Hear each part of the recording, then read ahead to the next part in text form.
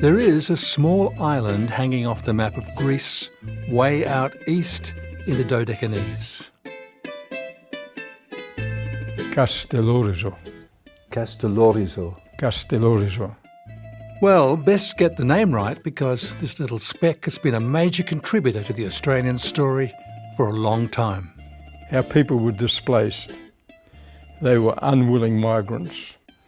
They knew they could never go back because of the wars and ravages of the island, but they created a little Castellorizo in Perth. In Australia, so many Castelloresians have had stellar careers.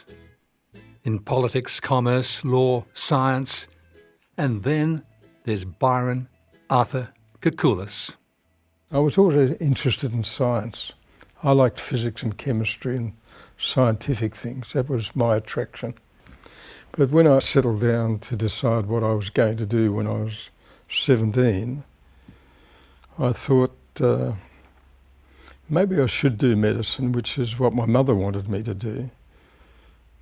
I wasn't that interested in myself in being a doctor. In 1951, Byron Koukoulas began his lengthy and brilliant career. And he had a game plan. It was very obvious, still relevant today, but much more obvious in the 1950s, that we knew very little about the function of the brain, its structure, its function, and disease processes of the brain. Now, if I was going to get into medical research, the area to get into was in neurology. That's the most challenging area, and that's where the great undiscovered is. Koukoulas was right. He just needed his eureka moment. He is Greek after all. And that came some years later when he had an encounter with a small marsupial. An ex-small marsupial, if you like. My chief, Professor Rolf Ten Seldom, one day came to me with a dead quokka. And he said, "This is for you." And I said, no, I'm interested in the brain. He said, no, the animal died of a muscle disease and you should investigate it. In fact, the university's quokkas were paralysed and dying. A virus infection, potassium deficiency, inbreeding. No one knew what was killing them. So I've got a dead quokka. Koukoulas turned to the veterinary literature, where the importance of trace elements was newly discovered. He got some vitamin E and fed it to his animals. The quokka avidly took up the tablet, chewed the tablet, swallowed the tablet. And so every day I gave the quokkas that I had, 2 or 3 quokkas, the vitamin E, and lo and behold, they started to recover. These quokkas were getting better.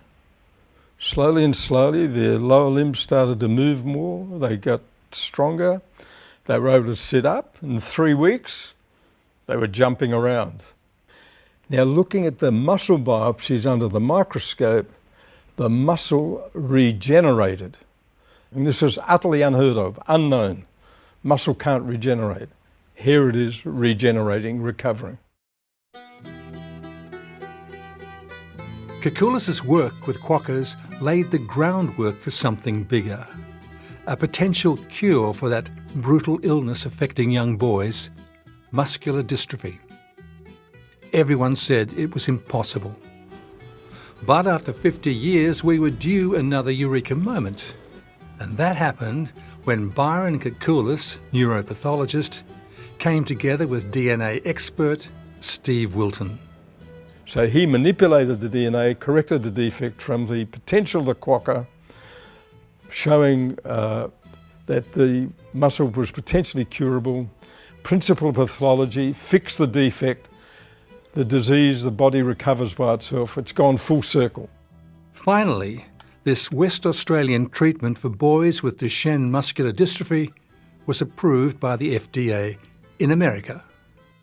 It was a rare and major achievement. And this has now become available. So it's a wonderful discovery, It's something that's emanated from Western Australia, a tiny place at the end of the earth. So I feel wonderfully fulfilled that after 50 years promising, so often I got up on telethon and said, if we did this, give us the support and we'll eventually get there. Well, we did. And a lot of my peers around the world who devoted themselves to muscular dystrophy research had died. And they had all their theories going off on tangents. This is the one that won the day.